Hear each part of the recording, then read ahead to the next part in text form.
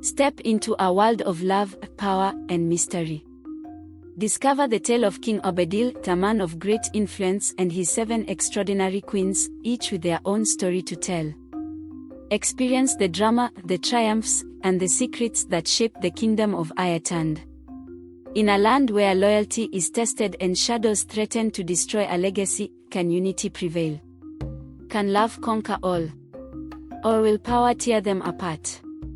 Watch The Polygamous King, a tale of love and power, a captivating story of royalty, resilience, and the bonds that hold us together. In the heart of the African savanna, nestled within a sprawling valley of lush greenery, lay the prosperous Kingdom of Ayotunde. At its center stood the majestic palace of King Obadele, a man of remarkable stature and profound influence. His rule was marked by an unwavering commitment to his people, but it was his family that captured the imagination of all.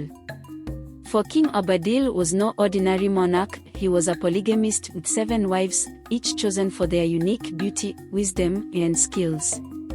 The tale of his reign is one of love, power, and the delicate balance between the two. Each of King Obadele's queens brought a different flavor to the palace. There was Adesewa, the first wife, known for her wisdom and calm demeanor. Then came Nkem, whose fiery spirit and sharp tongue kept the court on edge. Oluchi, the third wife, was the epitome of grace, her every movement like poetry in motion. Amara's laughter was a melody that lifted hearts, while Ifeoma, the fifth wife, was a skilled healer whose remedies saved many lives. Nkechi's intellect was unmatched, often outwitting the king's advisors, and finally, there was Zola, the youngest, whose beauty was the talk of the kingdom. Together, they formed a dynamic and often chaotic family. Being a king was no easy feat, and managing 7 wives added a layer of complexity few could fathom.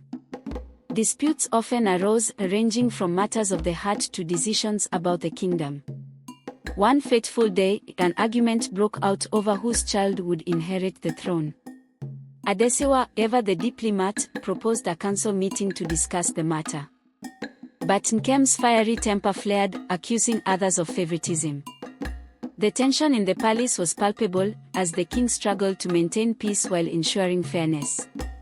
It was in these moments that King Obadele's true leadership was tested. Beyond the palace walls, trouble brewed. The neighboring kingdom of Ayotunde, jealous of Ayotunde's prosperity, began plotting an invasion. News of the threat reached the palace, sending shockwaves through the court. King Obadele convened his council, seeking advice on how to protect his people. Nkechi suggested forming alliances with nearby kingdoms, while Oluchi proposed strengthening the army. Amid the preparations, the wives set aside their differences, uniting for the kingdom's survival. It was a rare moment of solidarity that reminded everyone of the power of unity in the face of adversity. As the kingdom prepared for war, whispers of betrayal began to circulate. A trusted advisor was suspected of conspiring with the enemy. King Obadele faced the difficult task of uncovering the truth without causing panic. Adesewa, with her sharp intuition, played a pivotal role in the investigation.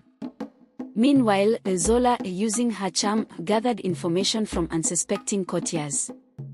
The betrayal, once revealed, sent shockwaves through the palace, but it also highlighted the loyalty of those who stood by the king. The incident served as a reminder that even in times of peace, vigilance was essential.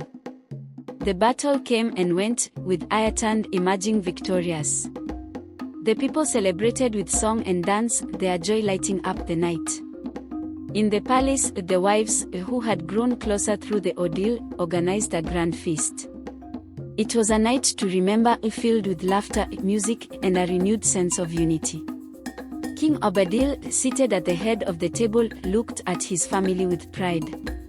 Despite the challenges, they had weathered the storm together, proving that love and power could coexist, even in a polygamous household. Years passed, then King Obadele's story became a legend.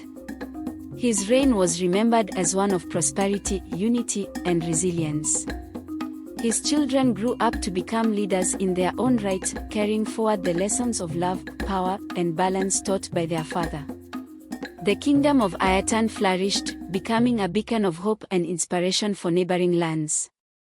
And so, the tale of the polygamous king, his 7 queens, and their enduring legacy lived on, a testament to the strength found in unity and the enduring power of love. One quiet morning, as the kingdom basked in its newfound peace, a mysterious stranger arrived at the gates of Ayotunde. Clad in a flowing black cloak and carrying a staff carved with ancient symbols, she claimed to be a seer from a distant land. Her name was Eseneo, and she brought a warning that unsettled even the bravest hearts in the palace. "Beware the shadow that moves silently among you," she intoned, her voice like the wind through the trees. The king's court was divided, some dismissed her as a charlatan, while others felt the weight of her words. Thus began a new chapter in the kingdom's history, one shrouded in mystery and foreboding. Eseneo's warning left the queens deeply unsettled. Adesewa, ever the voice of reason, urged caution, while Nkem's fiery nature demanded immediate action. Zola, drawn to the mystical, spent hours speaking with Eseneo, hoping to unravel the seer's cryptic message. As tensions rose, cracks began to appear in the fragile unity the family had achieved. Each queen interpreted the warning differently, and their conflicting views threatened to reignite old rivalries.